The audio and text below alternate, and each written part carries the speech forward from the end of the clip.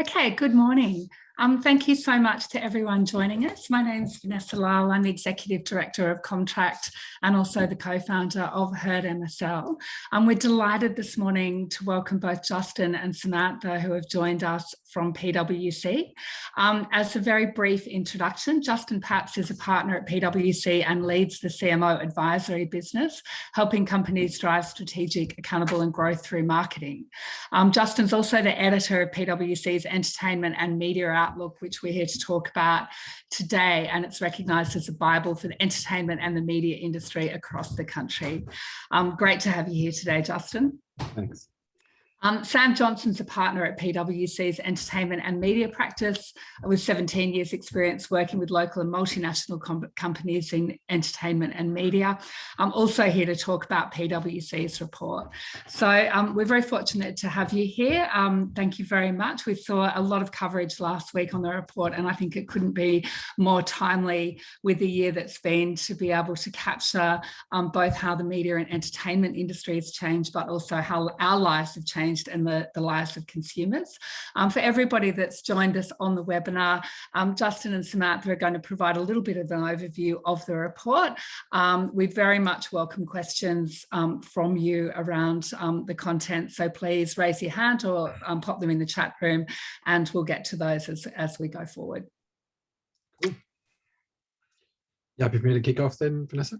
That'd be fantastic. Thanks. Terrific. So thanks for the opportunity to chat. Sam and I will take any opportunity to talk about the entertainment media outlook, particularly after this year that we've just had. So I'm going to share my screen with a couple of things. So the structure of what we'll do is probably around 15 or 20 minutes, just taking you through some of the top line and then really spend the majority of our time in Q&A because I'd love to, that's where the real richness comes through. I think for the benefit of the chat today for Sam and I, is we kind of treat these as Chatham House a little bit. If there's a specific topic you want to pick up later, just get in touch with us, but it means we can be a little bit more open with our conversation. So I'm going to just share my screen and then Sam and I will take you through some of the findings. So if you can just confirm that you can see my screen. Yes, we can. Great, terrific, thank you. So first of all, this is the 20th edition of the Entertainment Media Outlook. So the first one was done in 2002. And as Vanessa said at the beginning, it's sort of the Bible for the industry. And the reason for that is it's the one report that pulls together the year that was. So we do it by calendar year, but more importantly, what's the trajectory look like? And after the year that we had in 2020, pardon me, and unfortunately for those of you in Sydney like I am and Sam is, we're still having, COVID really brought forward a lot of changes and fast-tracked a lot of changes that were happening in the industry and particularly around consumer behaviour. So what we thought we'd give you a quick flavour of today is that 20th edition, just to say that there's a full report online that goes into everything we talk about in a lot of detail. There's a website that has videos and a whole bunch of other content. So you should feel free to jump in and it's all free and you can have a look and get that for yourself if you want to go deeper into a specific segment. There's three kind of key parts to the report. There's the outlook and theme and commentary. And the outlook theme this year is around power shifts, which is what we saw out of the back of 2020 was the power dynamics across entertainment and media changed significantly. And Sam's going to talk through the 5 power shifts that we saw. We also did a piece of research around the change in consumer consumption. I don't know how many of you on this call found that during 2020 your consumption habits changed. You might have subscribed to a couple of extra streaming services. You might have listened to a few more podcasts. You might have subscribed to Spotify if you weren't already. The question we get asked most is how many of those behaviors have stuck after 2020 and the year that was, and we'll dig into that a little bit. And then we have 12 segments we cover every year, which is what happened in 2020 and the forecast to 2025. That's my typo on forecaster. That's not a funny accounting term. That's just my typo. So ignore that. So what I thought we'd do is we're going to start briefly. What Sam and I are going to cover for the next 15, 20 minutes is to talk about those power shifts, because if you understand those, you can pretty much understand what's happened across the industry, an overview on that research, and then if we've got time, we can jump in Q&A to specific segments. So with that, I'll throw to Sam, who's going to tell us a bit about power shifts. Great. Thanks, Justin. And hi, everyone. It's great to be with you today. So as Justin mentioned, our theme for this year's Outlook is power shifts. So the future of the entertainment and media sector has been largely determined by this COVID-induced acceleration to changes in consumer behaviour, which have pulled forward digital disruption and industry tipping points by, we think, several years. So in 2021, these tipping points have coalesced into what we see as power shifts that are rapidly reshaping the segments and also the industry more broadly. And across the industry, we're seeing 5 major shifts that are impacting the sector, each to varying degrees. So these shifts are having a profound impact, but certainly shouldn't be interpreted as factors undermining the stability or resilience of the sector in any way. We know that entertainment and media companies are resilient, they're innovative, they're agile, because this has been a necessity for survival for many years, as the industry has had to contend with the impact of digitisation, broadband, wireless technology, the changing consumer habits that Justin mentioned, and various other factors. So in some respects, it's not new. And we've been tracking consumer and ad spend across the entertainment and media landscape for 20 years now. And one of the most stark takeaways from the analysis of the trends over the years is just the significance of the shift in the distribution of revenue over time. Just a quick one on the numbers before I dive into the power shifts in more detail. 2020 saw a contraction of revenues, which I'm sure will come as no surprise to those on the webcast.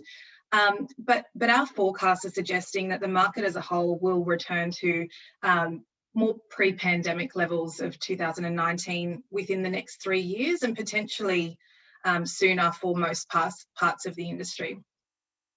So here on the slide, you can see those 5 shifts that we believe are reshaping the entertainment and media sector here in Australia. The first and most powerful shift that we've seen in the market is undoubtedly the macro shift, which has been powered by this sustained digital disruption in the market. This is the overarching power shift that is driving change across all segments, and it's giving rise to transformation in consumers' ongoing migration to digital consumption. So as we saw consumers stay at home, venues closed through lockdown periods, that use of digital services soared in 2020. And the increased availability, the sector breadth and catalogue depth of the streaming providers, both video and audio, really attracted audiences and so far have been successful in retaining them for the most part. So SVOD players, that increased BVOD usage and sustained growth of the gaming and esports sector all took off in 2020, much of it across non-ad supported platforms, which is interesting too. This digital disruption was obviously not unique to the entertainment and media market. We saw growth in online shopping as physical storefronts shut for most of the year. In addition, there's now this omnipresent use of video meeting services, which are putting the brakes on the need for air travel. And then there's, of course, the rapid transition of online learning for many, which has reshaped student education. So barely anyone escaped the digital disruption of the global pandemic, and this is why we're seeing this macro shift as being of most significance. The second power shift is where the power moves to the consumer. So this trend is not new. We've been talking about it for some time, but it is one that took a big leap forward in 2020 and it continues at pace in 2021. Consumers are absolutely spoilt for choice when it comes to what they can watch, what they can read, listen to and play. And the consumer is firmly in control of how they spend their most precious and finite resources. So that's their time and their dollars. And this has never been more apparent or true than during this pandemic. So the traditional platforms that advertisers buy to reach audiences at scale, so that's television, newspapers, out of home, they all grappled with significant competition for their share of audience attention. And the range of competing media platforms and channels only added to the complexity of delivering a consistent message over time. And this also presented a challenge for those advertisers and brands who are seeking to get in front of their consumers, because they had to rebalance their media and creative strategies to achieve the target reach or to deliver excess share of voice in a very crowded market.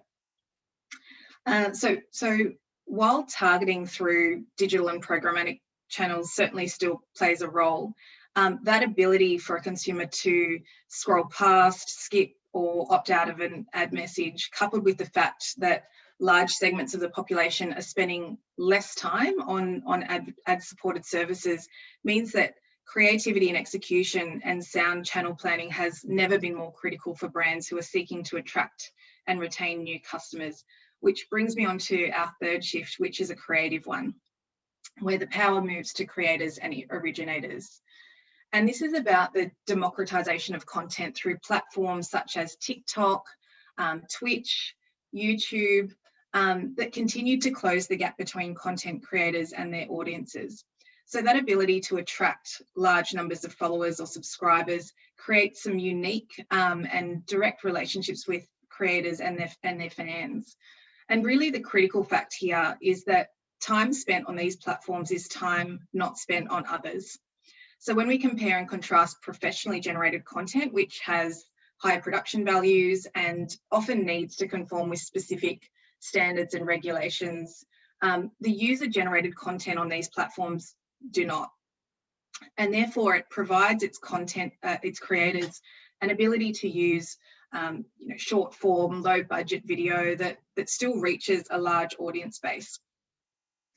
And the growth in user-generated content as part of their regular content repertoire for some audiences demonstrates this real power, which is that one-to-one connection and the impact that can have on the rest of the media landscape.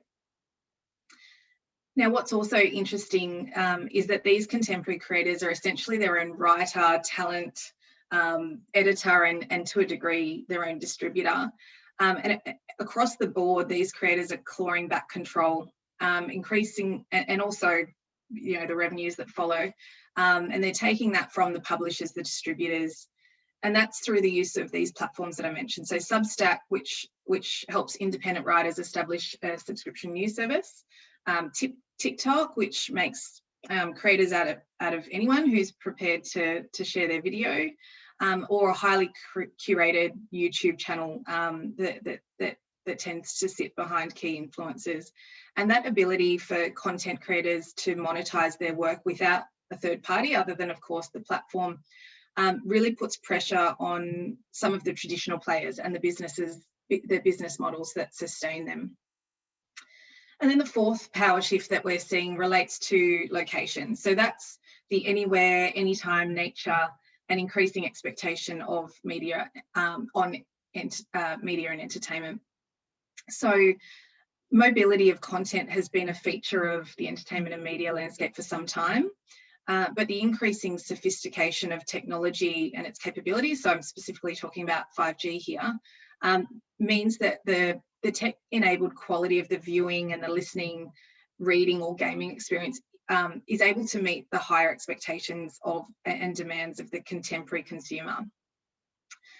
The delivery of high definition content, whether it's through a phone or a high def television, is expected to be delivered with zero lag and to be glitch free, whether people are consuming on the bus or at home in their lounge room. And this technology expectation is also met with an experiential one. So not only do consumers expect the technology to work wherever they are, but they also want the experience to meet with their specific requirements and their personalised preferences based on their prior interactions. People don't want to be tied to a traditional method of distribution anymore, but rather be able to access what they want from wherever they are on any device that they choose. And so what we're seeing here is that those key media consumption locations, the lounge room, the bedroom, while I'm in transit, are changing dramatically. And the era of specific devices having control over a specific location is long gone. The lounge room, which was once the domain for linear television and appointment viewing, now offers consumers the additional options of mediums such as, or channels such as SVOD, BVOD, premium video on demand, gaming, and a plethora of others.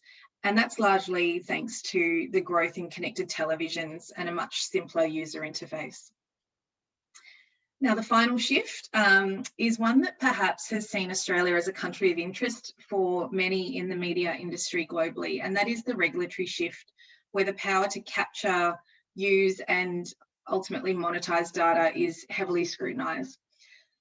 So in the last 2.5 years or so, Australia has been the testing ground for a number of regulatory engagements that have directly impacted the media sector, with the likes of the ACCC conducting a number of inquiries, some of which are ongoing. So you would have heard of the Digital Platforms Inquiry, the News Media Bargaining Code, Customer Loyalty Schemes Review, Digital Advertising Services Inquiry, and the list goes on when you then start to think about the federal hearings that have taken place through the Senate. So of course, a number of these inquiries are yet to report their findings, but we think that there's no doubt that the scrutiny of the media sector, specifically with relation to the digital media ecosystem, will continue for the foreseeable future. So as a result of all of these shifts, product offerings, service offerings, customer engagement strategies, and importantly, business models are all changing, as are the relative strength of participants in the space. And this is changing the way that profits are generated, which in turn is reconfiguring the industry. And almost every part of the sector has had to refine and adapt their offering and the business model that underpins it as a result of these new dynamics of customer control, digitization, and that finite nature of consumers' attention, so budget, time, that I referred to before. COVID-19 brought forward a lot of these adaptations and also presented a number of opportunities to create new revenue streams for those that are willing to experiment and replace some of the old ones where the model lacked relevance to the contemporary consumer. Now, while there are, of course, other significant shifts happening across the sector, we see these 5 as the ones that are having the most distinct and, I guess, sustained impact across the entertainment and media sector, both now and also over our forecast period to 2025. So that's a bit about our research and insights into what we've described as the power shifts that are really changing the face of the sector. And this year, we also undertook some specific research to understand content consumption by different users and consumers and how this is starting to evolve. So I'll let Justin take you through our findings from that research. Right, I almost did the mute, but anyway. So that I guess those power shifts, I think if you start to play that out through what happened, one of the questions we get asked a lot is, what are the behaviours that happened during COVID and what's transient versus what's stuck? And what Sam mentioned there with that shift to the consumer, that shift in location, all those power shifts have kind of brought down this piece around what we get asked is what behaviours have stuck, what's a permanent change, and how do people keep consuming more content if we've only got so much time? So if you think about just in the streaming space, be interested how many of you actually added a streaming service. It used to be you had Netflix plus something else, but now it's kind of Netflix, Disney, KO, Stan, now Paramount Plus. So what we did is we wanted to understand what had happened with people's consumption. So there's 2 things we looked at. One was what determines someone's content appetite, which is you've got 2 finite things you're working with, which is how much time somebody's got and how much money they've got to spend. And what we found was that there are a couple of things to dig into. One was how people's preferences and interests are shaped. That one of the most dominant things that shapes someone's preferences is a genre. So once they find a genre they really like, they'll start to look at that across platforms. So if I really like, let's say, true crime, I'll watch that on Netflix. I'll listen to a podcast about it. I'll go on a social media site. So this sense of my content often stays within a genre, and I might have 4 or 5 genres, but usually not many more than that. The other thing that drives people and how they consume content is their connection to it. And that might be nostalgia. So I love that because I used to watch that as a kid, or that's one of my favorite movies as a nostalgia piece.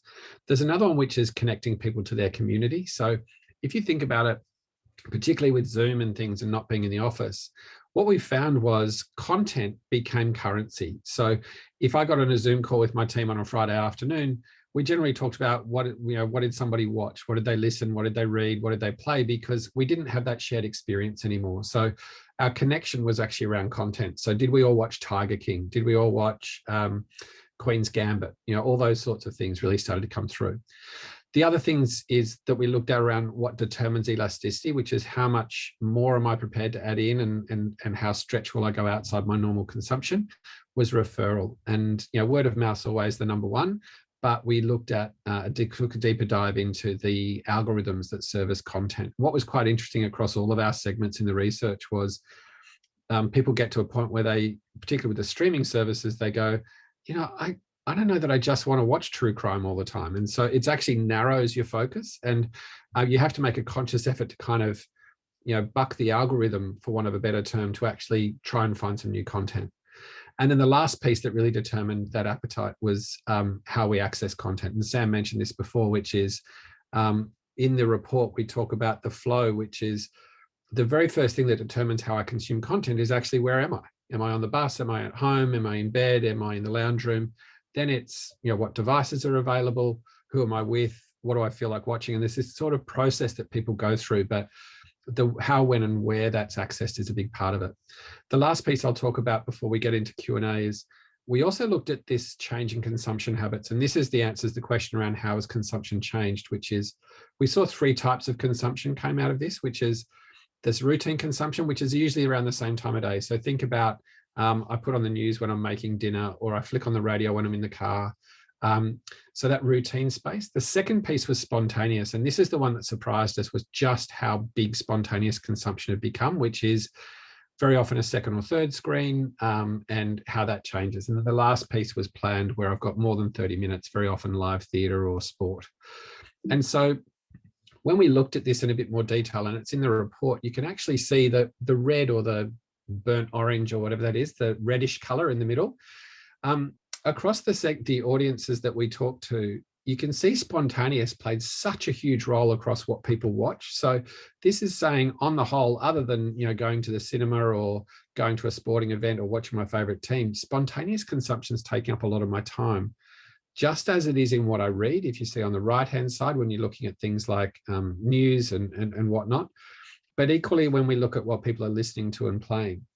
The reason why this is important is, if you're trying to capture an audience, someone's attention, what it's saying is that they're not as focused as they might be. And there's a quote that we use from a journalist out of Silicon Valley, and she said, Linda Stone, she was one of the first tech writers, and she said, we're in a constant fight for partial attention. And I think that's a really, really important piece to put on this, which is very rarely do we get somebody's whole attention anymore. So we're in this constant fight for partial attention. So when we do have their attention, it means the creativity of what we're saying, the level of engagement is so much more important, because we've probably got them for less time than we had before, because of this huge amount of consumption, which is spontaneous, which we get into more detail in the report. But I think it's really interesting when you apply that to some of the trends that Sam mentioned. We've got this tension now of all of these major shifts in power in the sector, plus our consumption is changing to be much more spontaneous than routine or planned, means the job of professional communicators, whether you are in corporate affairs, corporate comms, marketing, copywriting, visual design, whatever it is, you have to work so much harder, because not only is the attention changed, but a lot of these platforms aren't advertising platforms either. So they may not have advertising. So if you are in the ad space, it means when you do get their attention, you've got to work super hard to keep it. So that gives you a bit of a flavor. As I said in the report, there's a really long report about this, and it's well worth reading, particularly if you are in the writing space or in the comms space, as a lot of you are, I'm sure. Getting your head around the fact that I've got people for less time and I've got to do a bigger job when I've got them is really, really critical. And one of the things that I was reflecting on in getting ready for today is, I know that a lot of you have got professional writers in, whether it's in a corporate comm sense or whatever. I'm reminded of a writer that I worked with when I was in advertising, John Bevans. So John Bevans was one of the top 10 copywriters of all time. And the pain that he would go through to get the wording exactly right, whether it was 3 words on a billboard or it was a long copy ad for Bankers Trust that we used to do, he'd agonize over it. And so that made him a great copywriter. The challenge is, and I don't need to tell you how your jobs work, we're now working in such condensed timeframes, and those words have to work even harder than they probably did before because the attention span's shorter. The pressure on good quality writing and communication has never been better. And so if you can demonstrate the value of that professional writing over and above the user generated content, that's where the value starts to be created. So the last thing I just want to show you before we go to questions is, if you really want to get a quick view of how this segment's changed, I'm going to show you a quick video. There is some music, it may not play, but trust me, it's not that exciting music. This is tracking where the money's gone over the last 20 years that we've been writing this report. So what I'd like you to keep an eye on, because otherwise it's too hard to follow, is follow internet advertising. There's a bit of a reveal in this still that's come up, where it ends up. But it starts at the bottom in 2002. And what I'd like you to watch is how quickly internet advertising grows. And then if you can multitask, watch what happens to the next 3 or 4, which is, newspapers and things like that. So we'll have a quick look at this and then we'll have a chat about some questions.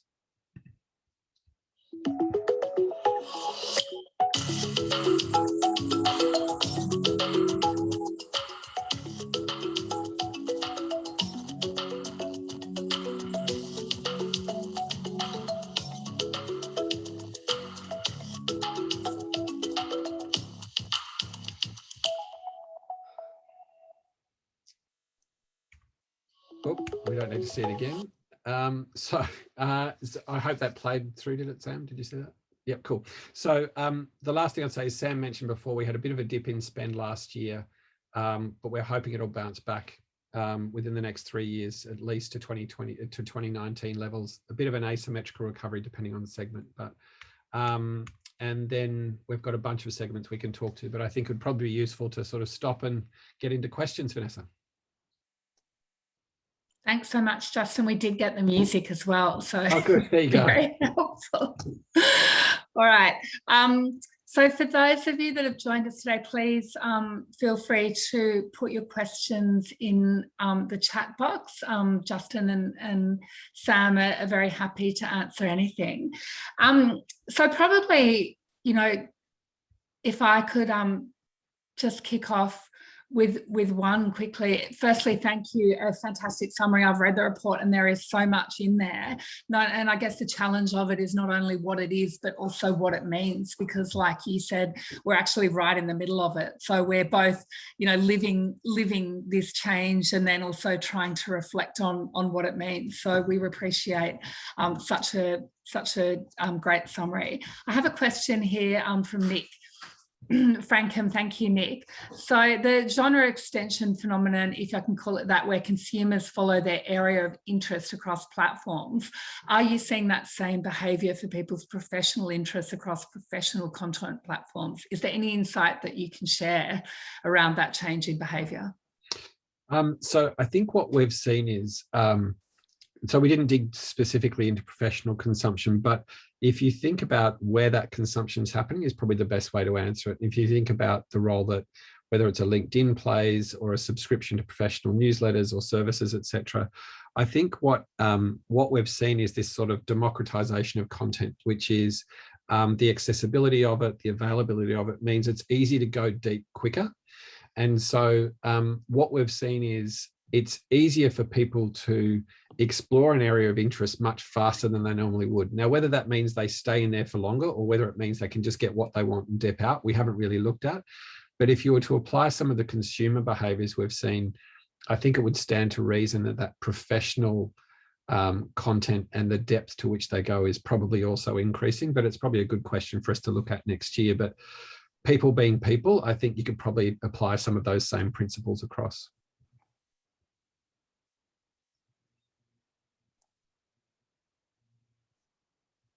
Fantastic.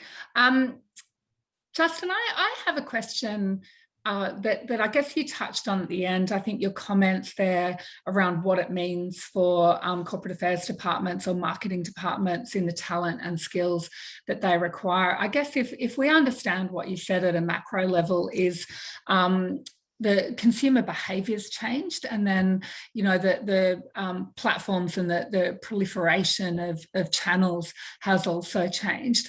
I guess when I look at our audience here today, we've got a lot of people that are running corporate affairs or marketing departments and probably thinking like I am, well, what does that mean for me? How do we respond to that?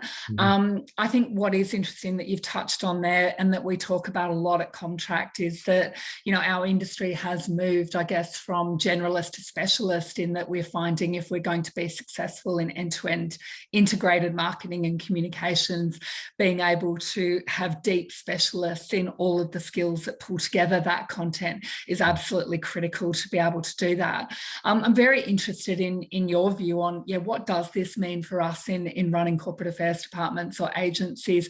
What do we need to know about the skills that we should be thinking about or preparing for in the future to be able to respond to that trend? Yeah, so it's a big question, Vanessa, but I think it comes down to probably 3 or 4 key themes. So one of the key things, and having run a corporate affairs piece for an insurer for a long time, I think one of the key words that comes up quite a lot with this proliferation of content and the expansion of the content appetite and more channels is the role of the trust. Trust is the thing that comes through most strongly, and people's preparedness and ability to be able to trust the information they're getting. So there's a very good report that's been put out by the University of Canberra called Digital News 2021 report, and they talk about the trust in news services as a whole and where people are getting their news. And I think so there's much greater scrutiny around the information people are getting, particularly if it's coming direct from the corporate. And so I think the balance that the corporate affairs role has to play, particularly when it comes to this continuous fight for partial attention, is when you've got to get those key messages out, how do you do so in a way that's authentic, that's distinctive, and it's using the channels appropriately? I think the day of just that blast comms is over. I think it's being much more specific. And I think if you look at how people consume their news content, there was a big flurry a few years ago going, everyone's going to get their media content through social channels. Well, kind of. What we've actually seen is it's actually skewing back. So not so much in Australia, but the global average, 17% of people are spending money to pay for news. So they're actually doing subscription service. So that's great, but it's still only 17%. There's still a lot more people out there, and some are getting it from social, some are getting it from aggregator sites, etc. So it just means that the job is harder because that fight for partial attention has never been more complicated. But I think what is working in the favour of corporate affairs is, where it used to be fairly binary around trying to get things out through media, is the ability to use paid, earned and owned channels. So yes, there's the paid channels through marketing. There's the owned channels, whether it's your own socials or your website or whatever it might be. And then the earned as well is the ability to play in all 3 of those and get that balance right, depending on the message. I think there's a good lesson to be learned around ESG currently. So, everyone's talking about ESG and whatnot. Have a look at what the 2 supermarkets are doing currently across paid, earn and own. So anyone that's watched the Olympics in the last little while would have seen that Woolies, their whole platform is around most sustainable supermarket by 2025. Coles come out, exactly the same principle. So this whole thing around ESG and authenticities come up, but they're not just doing ads, they're doing it through paid, earned and owned channels. And I think this is where the link and that connectivity between corporate affairs and marketing has to be super tight. And that understanding of the complementary nature of them. It's not competing, it's complementary. And I think there's a lot of good lessons being learned currently in ESG about that. So that'd be the first point. The second point I'd make is when we look at efficacy of communication, 60 to 70% of efficacy of communication is based on the creativity and the message itself. And so you can have the best distribution channels and all those things sorted out, the best digital channels all done. But at the end of the day, if there's not a level of creativity or engagement, let's call it in a corporate affairs sense, in that message, it doesn't really matter because you're not capturing that attention for the time. So I think you've got to work a lot harder on when you do have them, get the information that they need, not just what you want to tell them, and whether you lock them into an ecosystem or you encourage them to look at other platforms, etc. I think that's where the opportunity is. But if you keep in mind always that phrase, I am a constant fight for partial attention, you've got to cut the cloth to fit that. Fantastic. And we've got some related questions to that. Emily's touched on Sam's earlier comment around the biggest uptake was across non-ad supported platforms. And, I think we're all living that, or certainly any of us with teenagers in the house are. Are you seeing ad-supported media change the way they play or display advertising messages in response to that? So when we're looking at the whole landscape, we're looking at the uptake of non-ad-supported platforms. Are the ad-supported platforms following that trend? Are they changing the way they're going about things to try and, I guess, compete for that partial attention? Yeah, Sam can jump in on this as well. But I think if you look at, let's take television as an example.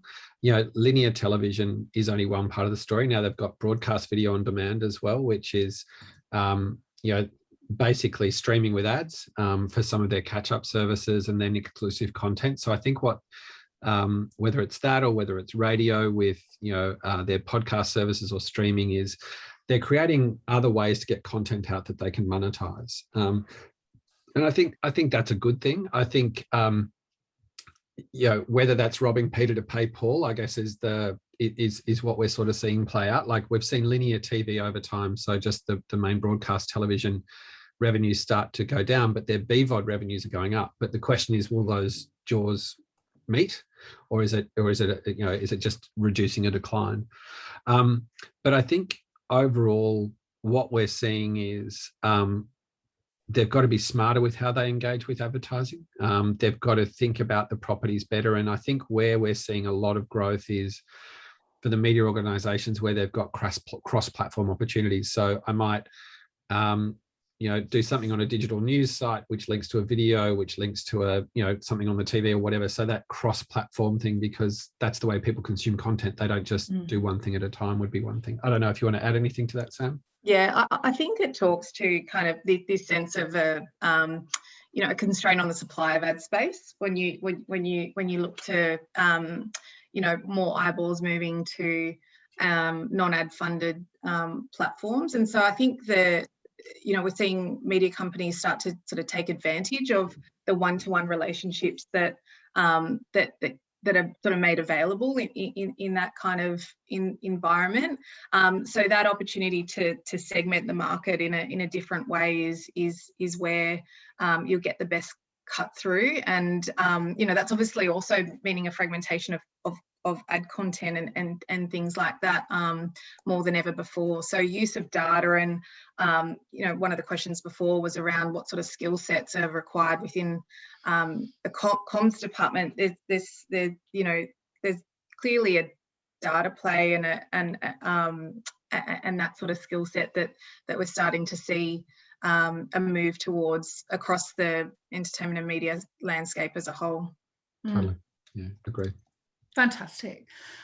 Pete's asked a question around, I guess, the uptake of subscriptions, especially where people are willing to pay for uninterrupted services like no ads on Spotify, Netflix, and those channels. So what paradigm shifts are you seeing in basic thought patterns to get around this trend of kind of advertise versus influence? Yeah, so I think it's interesting insofar as, and it changes by demographic to a degree, but people's preparedness to pay to not have ads, it just means that there are some segments that are getting harder to reach. And so you mentioned, teenagers before, Vanessa, is, their consumption habits are so broad. Some advertise, some not advertise, but they might be on Twitch, they might be on TikTok, they might be on YouTube, they might be watching Netflix all at the same time.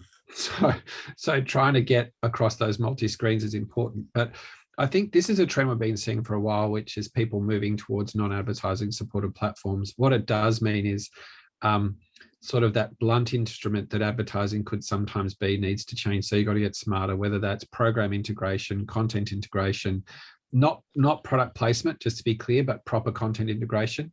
and working with the creators. So what we're seeing is some brands actually doing work directly with the streaming services to create programs, whole programs.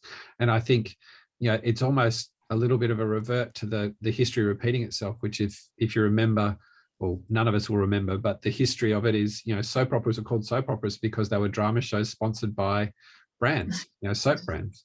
Is we're kind of getting back to that a little bit, which is we're having, let's not say advertisers, but corporates actually getting into the content creation business. And I think that's really interesting.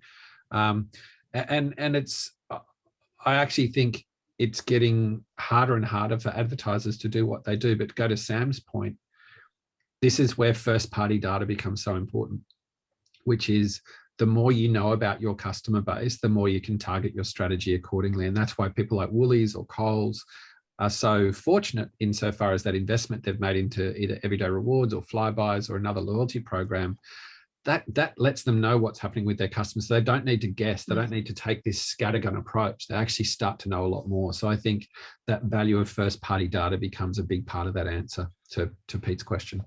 Yeah, and I think that's exactly right, Justin. I think that the ability of marketers to now kind of map product prices to consumers' willingness to pay, that was impossible in a linear era. And I think a good use case in regards to how that sort of played out is Hulu. So I think it was back in 2015. They integrated a strategy, segmentation strategy with 2 price points. So one was ad free and the other was ad supported. And we're seeing a lot of other sort of peer media companies start to follow suit. So I think that's an interesting one to kind of just look at responsive market and how that's played out for a company like Hulu.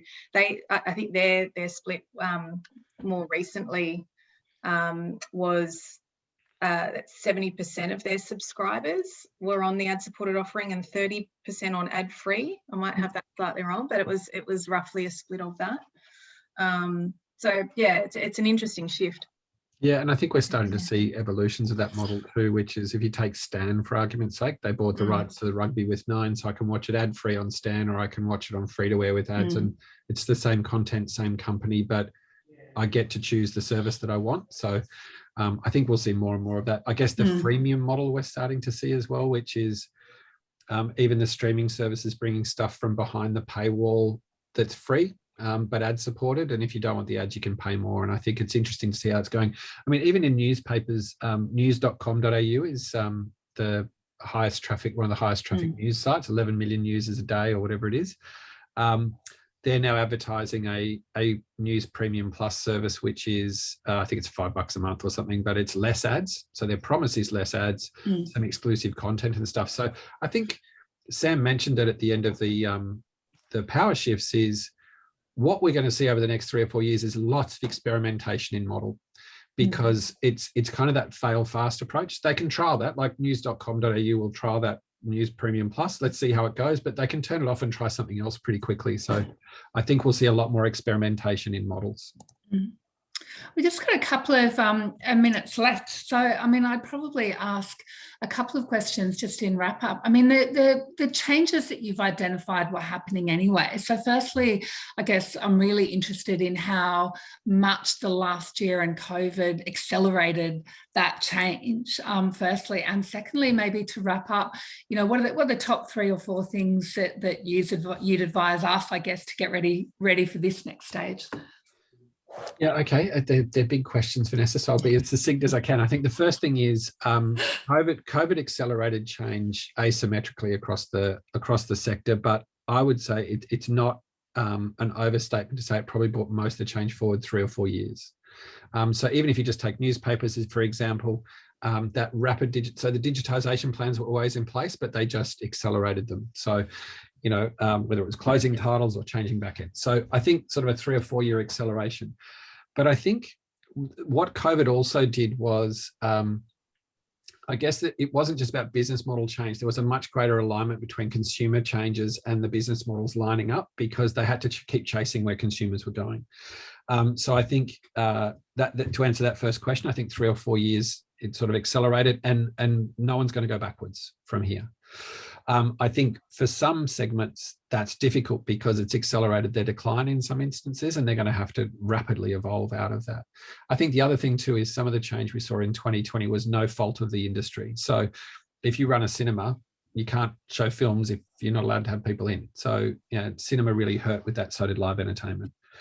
I think the other thing too that accelerated was, and this is a technology one, is the growth of connected televisions in the home. So people weren't spending. So if you look at where the money got spent, and Jeremy Thorpe, our chief economist, has a good piece on this, is when people got locked down, they decided to upgrade their TV and all those sorts of things. So connected televisions have taken off and they've become a real entertainment hub.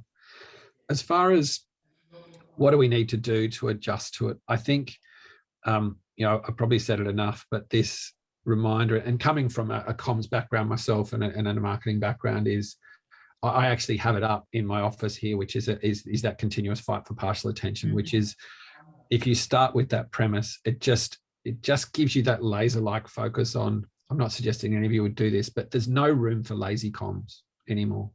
And what I would call, and I'm sure the comms professionals on this call would appreciate it, there's no room for chairman's choice anymore around, the chairman really wants to say, or chair or chairwoman, whatever, wants to say all of this stuff about Grace. We just don't have time for it anymore.